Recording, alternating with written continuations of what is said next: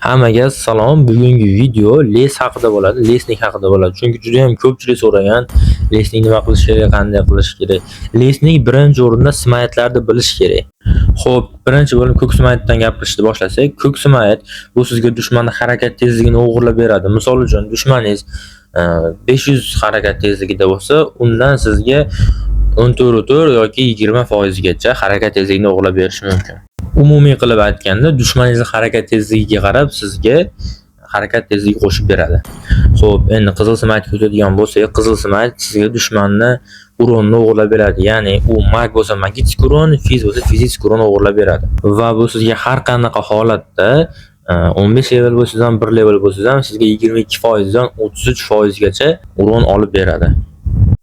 Va nihoyat oxirgi smayt bu dushmanning HP'sini sizga o'g'irlab beradi. Ya'ni o'yin boshida dushmanning joni 1000 bo'lsa, undan 20% ni o'g'irlab beradi. Agar o'yinda oxirida 6000 yoki 7000 bo'ladigan bo'lsa, unda ham 20% jonni o'g'irlab berishga yordam beradi.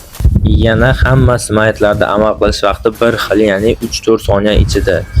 Misol sizga u jon olib berishi mumkin yoki harakat tezligi yoki uron hammasiga 4 soniya davomida foyda berib turadi. 4 soniyadan keyin o'sha ta'siri tugaydi.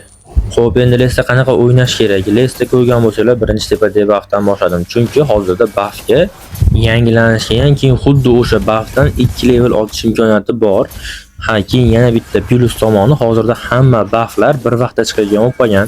Bu lesnik uchun juda katta plus bo'ladi. Va yana e'tibor berib, shu lesda cherepaxaga qarama-qarshi tomondan, ya'ni agar cherepaxa gold tarafda bo'lsa, XP tarafdan buff tozalashni boshlash kerak. Agar XP tarafda bo'lsa, golddan. Chunki siz gold tomonidan tozalab kelsangiz, cherepaxa ham gold tomonida bo'lsa, unda sizga qiyin bo'ladi. Chunki saperning lesnik yoki saperning tanki o'ziga payt tushib olishi mumkin, kustda kutib turgan bo'lishi mumkin. Sizni bitta kombo bilan o'ldirib olishi mumkin.